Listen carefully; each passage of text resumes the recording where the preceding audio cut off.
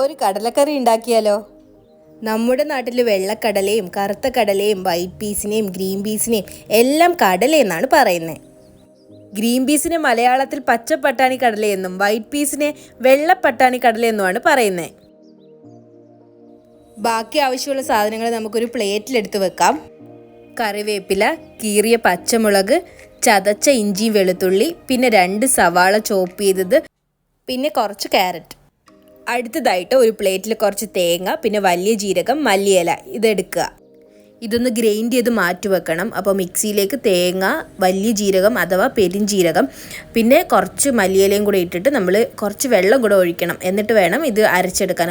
ഒരു നല്ലൊരു സ്മൂത്തായിട്ട് കിട്ടാൻ വേണ്ടിയിട്ടാണ് നമ്മൾ വെള്ളം ഒഴിക്കുന്നത്. അപ്പോൾ ഗ്രൈൻഡ് ചെയ്ത് കിട്ടിയിട്ടുണ്ട്.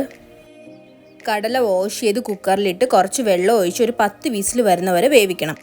ഇനി കറി ഉണ്ടാക്കാം. എന്തായാലും കറി ഉണ്ടാക്കേണ്ട എല്ലാ സാധനങ്ങളും നമ്മൾ സെറ്റ് ചെയ്ത് വെച്ചിട്ടുണ്ട്. ദെൻ നമുക്ക് ഇനി കറി ഉണ്ടാക്കാൻ പോവാം. ഒരു പാനിലേക്ക് വെളിച്ചെണ്ണ ഒഴിക്കുക ആവശ്യത്തിന്. ഇവിടെ നമ്മൾ വീട്ടിലെപ്പോഴും വെളിച്ചെണ്ണ യൂസ് ചെയ്യുന്നത്, വേറെ ഓയിൽ യൂസ് ചെയ്യാറില്ല. നിങ്ങൾക്ക് വേണമെങ്കിൽ വേറെ ഏതെങ്കിലും യൂസ് ചെയ്യാം. കടുക് പൊട്ടിച്ച ശേഷം നമ്മൾ അരിഞ്ഞു വെച്ചിരിക്കുന്ന സവാള അതിലിട്ട് നന്നായിട്ട് വഴറ്റുക. ഒരു 5 മിനിറ്റ് വഴറ്റിയ ശേഷം നമ്മൾ നേരത്തെ ചതച്ച് വെച്ചിരിക്കുന്ന ഇഞ്ചി, വെളുത്തുള്ളി, പിന്നെ കീറി വെച്ചേക്കുന്ന പച്ചമുളകും ഇതിലേക്ക് ഇടുക. പിന്നെ നന്നായിട്ട് വഴറ്റി കൊടുക്കുക. അടി പിടിക്കാതിരിക്കാൻ സൂക്ഷിക്കുക. ഈ ഒരു പരുവാകുമ്പോഴത്തേക്കും നമ്മൾ ക്യാരറ്റ് ഉണ്ടല്ലോ അതിടുക. നന്നായിട്ട് വഴറ്റി കൊടുക്കുക. അടി പിടിക്കാതിരിക്കാൻ സൂക്ഷിക്കുക. അതുപോലെ ക്യാരറ്റ് മാത്രമല്ല, കോളിഫ്ലവറും നമുക്ക് വേണമെങ്കിൽ ചേർക്കാം കേട്ടോ. ഈ ഒരു പരുവായിട്ട് വഴണ്ട് വരുമ്പോൾ നമ്മൾ പൊടികൾ ചേർക്കുന്നുണ്ട്. കുറച്ച് മഞ്ഞൾപ്പൊടി, കുറച്ച് മല്ലിപ്പൊടി. ഈ പൊടികൾ ഇടുമ്പോൾ നമ്മൾ തീ ഒന്ന് കുറച്ച് വെക്കണം, അല്ലെങ്കിൽ കരിഞ്ഞു പോകാൻ സാധ്യതയുണ്ട്. അത് ഇതിലെന്നല്ല, എല്ലാ ഫുഡും ഉണ്ടാക്കുമ്പോഴും പൊടി ഇടുമ്പോൾ തീ കുറച്ച് വെക്കണം.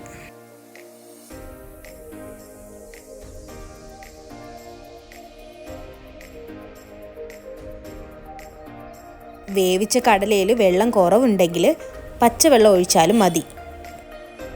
വെള്ളം ഒഴിക്കുമ്പോൾ പൊടിയെല്ലാം വെന്ത് കിട്ടും. അതുപോലെ അടി പിടിക്കാതിരിക്കാനും ഹെൽപ്പ് ചെയ്യും.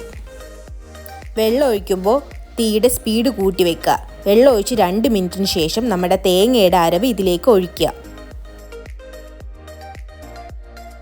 മിക്സിയിൽ കുറച്ച് വെള്ളം കൂടെ ഒഴിച്ചതിന് ശേഷം ഇതിലേക്ക് ഒഴിക്കുക. കടലക്കറി കുറച്ച് ഗ്രേവി ആയിട്ടിരിക്കാൻ വേണ്ടിയിട്ട് നമുക്ക് വെള്ളത്തിൻ്റെ ആവശ്യമുണ്ട്.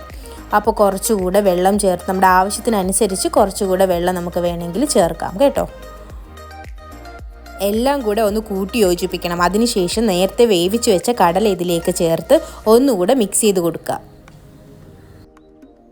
കടല വേവിക്കുമ്പോൾ വേണമെങ്കിൽ നമുക്ക് ഉപ്പ് ചേർത്ത് കുക്കറിൽ വേവിക്കാം. അതല്ലെങ്കിൽ ഇപ്പോൾ ഉപ്പിടാം. ഈ ഒരു ടൈമിലാണ് ഞാൻ ഇതിൽ ഉപ്പ് ചേർക്കുന്നത്. ഉപ്പ് ചേർത്ത ശേഷം കുറച്ച് വെള്ളം കൂടെ ഒഴിച്ച് ഞാനൊന്ന് വേവിക്കുന്നുണ്ട്. എല്ലാം കൂടെ ഒന്ന് മിക്സായി ഒരു ടേസ്റ്റ് വരാനാണ്. കടലയുടെ ഒരു ടേസ്റ്റ് ഈ ചാറിലെല്ലാം കൂടെ പിടിച്ച് നല്ലൊരു ടേസ്റ്റ് കിട്ടാൻ വേണ്ടിയിട്ടാണ് വെള്ളം ഒഴിച്ച് പിന്നെയും കുറച്ച് വേവിക്കാൻ വേണ്ടി വെക്കുന്നത്. ഞാനിവിടെ ഒരു 10 മിനിറ്റ് വേവിക്കുന്നുണ്ട്. ഇനി ചില കടലകൾക്ക് വേവ് കൂടുതലാണെങ്കിൽ 15-20 മിനിറ്റ് വേവിക്കാവുന്നതാണ്.